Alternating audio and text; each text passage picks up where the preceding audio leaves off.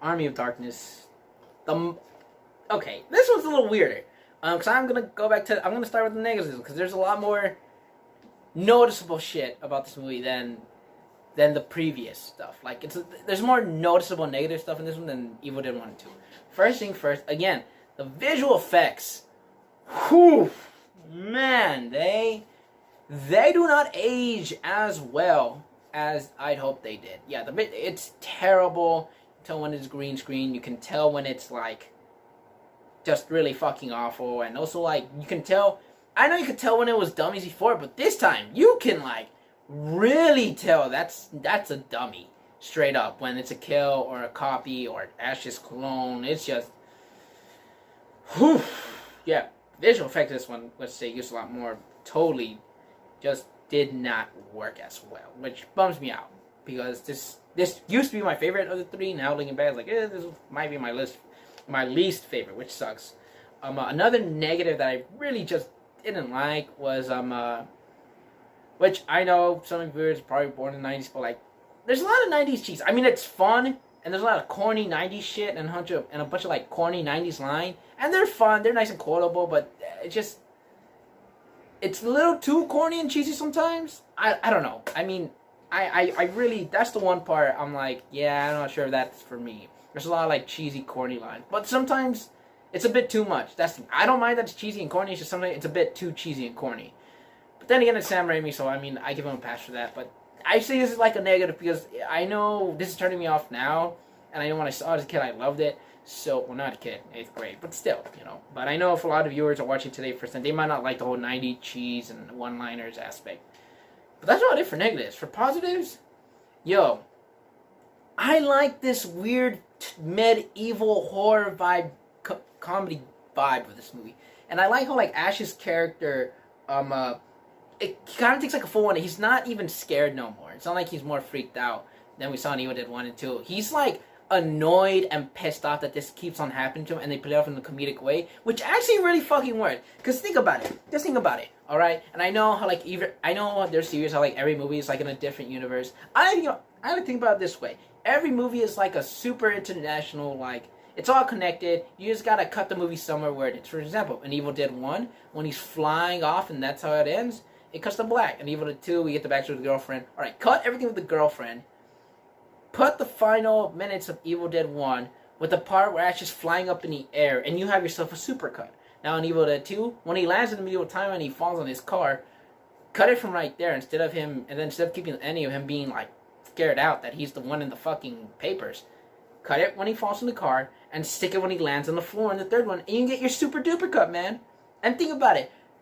The first night you were there, you had to kill all your friends. The second night you were there, you met a stranger, you tried to warn them, and then you had to end up killing all of them, or all of them died on their own. And with that second night, you're not even scared of them. You're just like, holy fuck, I just want to end this. And now you get transported back in time in the medieval days. You're like, come on, can I get a fucking break?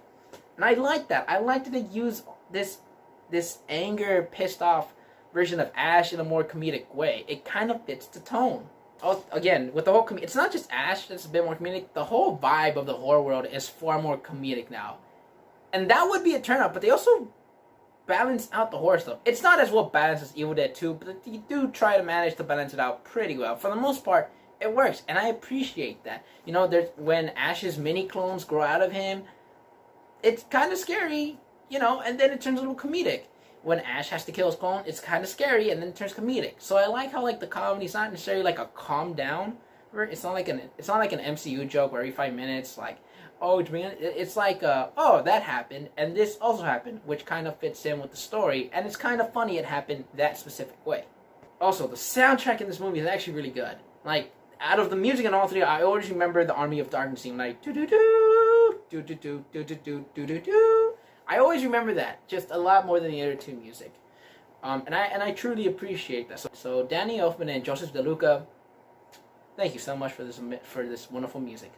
Also, one of the best things about Evil Dead 3, which is crazy because they were gonna call it The Medieval Dead, and it would have just summarized the tone of this movie so much more. But I'm talking for it, is that it's a bit more commercialized. Like, this is the first big studio head Evil Dead movie. Like, the other two are like indie movies.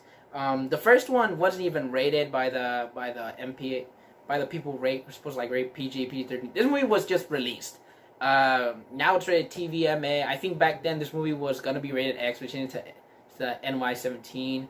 I'm very unsure of that.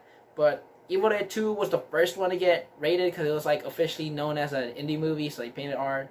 This one was the first Universal big studio Evil Dead movie, which was the only one because again, these movies had like some weird problems with the rights.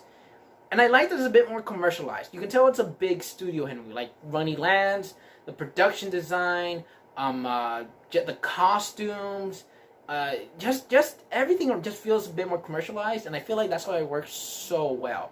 I really enjoy that aspect, you know. I think Army of Darkness, even though it's the weirdest one, and because it's the weirdest one, it's like it might be my least favorite. Not that I don't dislike Army of Darkness, but I like it less than the other two, to put it at the end. So in total, I think I'm gonna have to give this one a fair 7 out of 10, which is odd because out of the other I did gave 8 or 9. But this one's like the most lower scared. It's not a bad movie, but it some aspects don't hold up, like the visual effects, and some practical effects. But for the most, this is a nice 90s cheese enjoyable movie, to best say. So that's why I'm giving it a 7 out of 10. So now the question is, how do I rank these movies? Well, I mean, it's pretty simple. And number 1, Evil Dead 2, Dead by Dawn. Number 2, the first Evil Dead. And number 3, Army of Darkness. Don't get me wrong, I still like it, but it's still tier 1. But yeah, that's this right here. This is gold to me. This is cinema to me. Alright everyone, well thank you for watching my very first movie of the shit season. I hope you guys watched the previous announcement video explaining to you what shit means, what I'm doing this whole month. But yeah, thanks for watching. More shit reviews will be coming your way. Remember, that's S.H.I.T. If you want to know what that means, go look at my previous video.